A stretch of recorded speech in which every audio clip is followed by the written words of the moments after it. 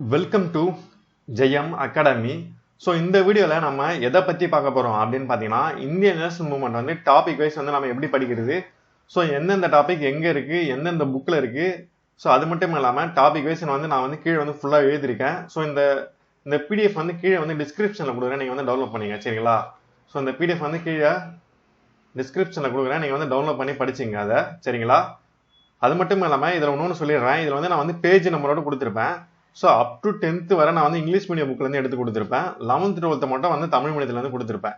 So நீங்கள் வந்து அந்த ரெண்டுத்தையும் கம்பேர் பண்ணி வந்து படிச்சிங்க. கிட்டத்தட்ட ரெண்டுமே சேமாக தான் வரும். ஒருவேளை இங்கிலீஷ் மீடியம் புக்கில் நீங்கள் பார்த்தீங்கன்னா அதை அப்படியே நீங்கள் வந்து தமிழ் மீடியத்தில் படிச்சிங்க. தமிழ் மீடியம் புக்கில் பார்த்தீங்கன்னா அப்படியே இங்கிலீஷ் மீடியத்தில் படிச்சிங்க சரிங்களா. இப்போ வந்து நம்ம உள்ளே போயிடலாம். ஸோ அது மட்டும் இல்லாமல் நெக்ஸ்ட் வீக்லேருந்து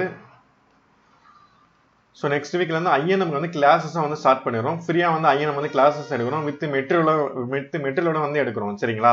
ஸோ அதனால் நம்ம வீடியோஸ் வந்து ரெகுலராக பாருங்கள், நம்ம சேனலை சப்ஸ்கிரைப் பண்ணுங்க. அப்போ தான் உங்களுக்கு வந்து நோட்டிஃபிகேஷனில் நம்ம போடுற வீடியோ எல்லாமே வரும் சரிங்களா. இப்போ நம்ம ஃபர்ஸ்ட் டாபிக் பார்க்கலாம்.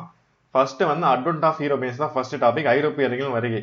ஸோ இதில் தான் ஃப்ரெஞ்சு எப்படி வந்தாங்க, பிரிட்டிஷ் எப்படி வந்தாங்க, டேனிஷ் எப்படி வந்தாங்க, ஸோ டச் எப்படி வந்தாங்க, எல்லாமே இதில் தான் வரும். ஸோ இந்த டாபிக் தான் ஐஎன்எம்மோட பேஸ் சரிங்களா. இது படிச்சாதான் உங்களுக்கு அடுத்து வர டாபிக் எல்லாமே புரியும். பட் இந்த டாபிக் வந்து நிறைய பேர் வந்து படிக்க மாட்டாங்க, ஸ்கிப் பண்றாங்க. ஆனா இந்த டாபிக் கண்டிப்பா படிக்கணும். இது படிச்சாதான் உங்களுக்கு அடுத்து வர டாபிக் வந்து எல்லாமே வந்து புரியும் சரிங்களா. அதுக்கப்புறம் பாத்தீங்கன்னா ஸோ அதே மாதிரி இங்க இஎம் எழுதிருக்கேன் பார்த்தீங்களா. இஎம்னா இங்கிலீஷ் மீடியம், டிஎம்னா தமிழ் மீடியம். அதே மாதிரி எல்லாத்துக்குமே எழுதிருப்பேன். இஎம்னா இங்கிலீஷ் மீடியம் புக்ல இருந்து எடுத்திருப்பேன். ஃப்ரம் 143 பேஜ் நம்பர் கொடுத்துருக்கேன் பாருங்க. ஃப்ரம் 143னா 143 பேஜ் நம்பர்ல இருந்து படிக்கணும். அப் டு 164னா 164 பேஜ் நம்பர் வரைக்கும் படிக்கணும். ஸோ அப் டு 7னா ஸோ 7ஆம் நம்பர் வரைக்கும் படிக்கணும். அந்த யூனிட்டும் கொடுத்துருக்கேன் பாருங்க. யூனிட் 2, யூனிட் 4, யூனிட் 6 அப்படின்ட்டு. ஸோ ரெண்டாவது வந்து பேட்டில் ஆஃப் பக்சர், பிளாசி, கர்நாடிக் வாசு, அதுக்கப்புறம் பூலிதேவர், மருத பன்னீர்கள், இவர்களை பத்தி படிப்போம்.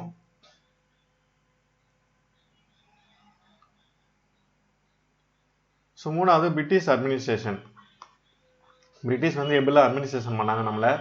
ஸோ இந்தியன் சிவில் சர்வீசஸ் எக்ஸாமினேஷனை பற்றி நம்ம இதெல்லாம் பார்ப்போம்.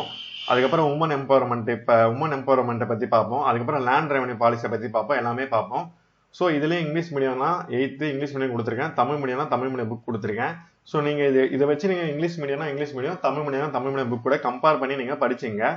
ஸோ அது மட்டும் இல்லாமல் இப்போ நான் இந்த புக்காக கொடுத்துருக்கேன் பார்த்தீங்களா. இதெல்லாம் வந்து நீங்கள் அப்படியே புக் வைஸாக படிக்க முடியாது. இது வந்து ஃபர்ஸ்ட் நீங்கள் நோட்ஸ் எடுக்கணும். ஸோ அதுக்கப்புறம் தான் நீங்கள் இதை படிக்கணும், ரீட் பண்ணணும் சரிங்களா. ஃபர்ஸ்ட் நோட்ஸ் எடுத்து தான் நீங்கள் இதை படிக்கணும்.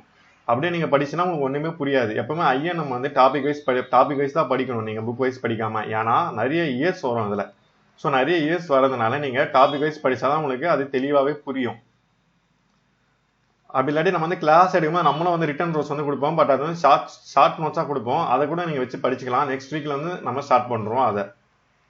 ஸோ அதுக்கப்புறம் ப்ரெசன்ட் ரிவால்ட், விவசாயிகளின் கிளர்ச்சி பார்ப்போம். ஸோ அதுக்கப்புறம் 1806, 1857 ரிவால்ட்டை பற்றி பார்ப்போம், வெள்ளூர் புரட்சி. அதுக்கப்புறம் சோஷியல் ரீஃபார்ம் மூமெண்ட்ஸ் பற்றி பார்ப்போம்.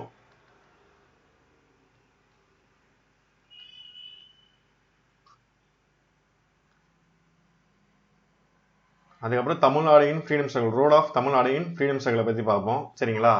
அதுக்கப்புறம் போஸ் அண்ட் ஐஎன்ஏ பற்றி பார்ப்போம். அதுக்கப்புறம் சோஷியலிஸ்ட் மூவ்மெண்ட்ஸை பற்றி பார்ப்போம்.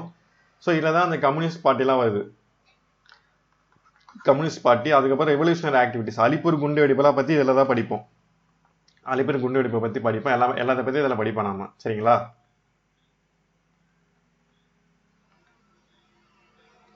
அதுக்கப்புறம் இந்து முஸ்லீம் பிரிவினை பற்றி படிப்போம். ஸோ ஃபைனலாக நம்ம எங்கே வந்துடுறோம்னா, from INC, Indian National Congress ஆரம்பிச்சிலேருந்து இந்தியா இண்டிபெண்டன்ஸ் வாங்கினது வரைக்கும் நம்ம இயர் வைஸ் வந்து என்னென்ன நடந்துச்சு அப்படின்னு பார்ப்போம். இதில் தான் வந்து அந்த சால்ட் சத்தியாகிரகா, உப்பு சத்தியாகிரகம் எல்லாமே இதுலேயே வந்து ஃபுல்லாக கவர் ஆகிடும். இதில் பாருங்கள், லைனாக உங்களுக்கு இயர் வைஸ் கொடுத்துருப்பேன், எங்கெங்கே இருக்குது அப்படின்னு கொடுத்துருப்பேன்.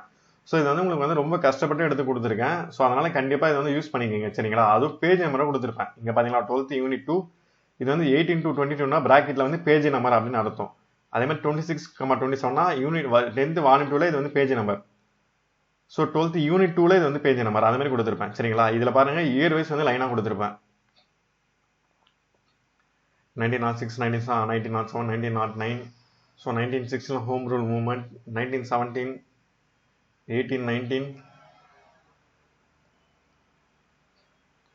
ஸோ ஃபுல்லாக பாருங்கள். இது அப்படியே நான் வந்து இயர்ஸ் வந்து எழுதி கொடுத்துருப்பேன், எங்கெங்கே எந்தெந்த இயரில் என்ன நடந்துச்சு. இப்போ ஒரே இயரில் 3 நடந்திருக்கும். காந்தி இது இம்பேக்ட், ரவுண்ட் டேபிள் கான்ஃபரன்ஸ் அப்படின்ட்டு 3 நடந்திருக்கும். ஸோ 3த்தையும் கொடுத்துருப்பேன். அதுமாதிரி 1940 பாருங்க, ஆகஸ்ட் ஆஃபர், லாகூர் ரிசர்வேஷன், இண்டிவிஜுவல் சத்தியாகிரகா. ஸோ அப்படியே போனீங்கன்னா ஃபைனலாக நம்ம 1947 சுதந்திரம் வாங்கிட்டு அதுக்கப்புறம் 1950 ஆஃப்டர் இண்டிபெண்டன்ஸ் தான் நம்ம என்ன நடந்துச்சு அப்படின்ட்டு அதோட முடிச்சிருப்போம். சரிங்களா, இதோட இந்த டாபிக் வந்து முடிஞ்சிருச்சு. சாரி, ஐஎன்எம் வந்து முடிஞ்சிருச்சு. ஸோ இதை வந்து நம்ம நெக்ஸ்ட் வீக்லேருந்து கிளாஸஸ் வந்து ஸ்டார்ட் பண்ணிடுறோம் ஐஎன்எம்க்கு. சரிங்களா, வித்தின் 1 or 2 monthஸில் 1 monthல உங்களுக்கு 2 or 3 days ஒன்ஸ் வந்து உங்களுக்கு வந்து கிளாஸஸ் வந்து வரும். ஸோ அது மட்டும் இல்லாமல் அந்த கிளாஸஸுக்கு நாங்கள் பிடிஎஃப்பும் அதே மாதிரி வந்து நோட்ஸ் எடுத்து கொடுப்போம். ஸோ அதை வச்சு நீங்கள் படிச்சுக்கலாம். பட் நீங்கள் ஓனாக நோட்ஸ் எடுக்கிறது ரொம்ப நல்லது. எப்பவுமே ஓன் நோட்ஸ் தான் ஒருத்தருக்கு ரொம்பவே யூஸ் ஆகும் கடைசி வேற. சரிங்களா, அதனால இந்த பிடிஎஃப் வச்சுட்டு நீங்கள் ஓனாக நோட்ஸ் எடுங்க. இதோட பிடிஎஃப் வந்து கீழே டிஸ்கிரிப்ஷனில் கொடுத்துக்கிறேன். சரிங்களா, அது மட்டும் இல்லாமல் நம்மளோட டெலகிராம் லிங்க் வந்து கீழே கொடுத்துட்றேன், அதில் ஜாயின் பண்ணிக்கோங்க. ஸோ அதில் தான் எப்பவுமே வந்து நம்ம வந்து எல்லாமே கொடுப்போம். ஸோ அது மட்டும் இல்லாமல் ஆஃப்டர் ஆனுவல் பேனர் வந்து தமிழுக்கு வந்து நம்ம வந்து ஃப்ரீ டெஸ்ட் வந்து பிளான் பண்ணியிருக்கோம். தமிழுக்கு வந்து ஃப்ரீ டெஸ்ட். சரிங்களா, வித் மெட்டீரியலோட வந்து ஃப்ரீ டெஸ்ட் வந்து பிளான் பண்ணியிருக்கோம் தமிழுக்கு. அதுவும் இயல் வைஸ் ப்ளஸ் டாபிக் வைஸ் ரெண்டுமே. ஸோ புக் வைஸும் டாபிக் வைஸும் ரெண்டுமே சேர்த்து வைக்க போகிறோம் தமிழுக்கு. சரிங்களா, book wise plus topic wise. So அதனால் அது வந்து நம்ம டெலகிராம் குரூப்பில் தான் வைப்போம். அதனால நம்ம டெலகிராம் லிங்க்ல கீழே கொடுக்குறேன், ஜாயின் பண்ணிக்கோங்க. சரிங்களா, ஸோ இந்த பிடிஎஃப் கீழே கொடுக்குறேன். ஸோ இதை வந்து ஃபுல்லாக ரீட் பண்ணி பாருங்கள். ஸோ நெக்ஸ்ட் வீக்லேருந்து நம்ம கிளாஸஸும் வந்து ஸ்டார்ட் பண்ணிடலாம். சரிங்களா, நன்றி, வணக்கம்.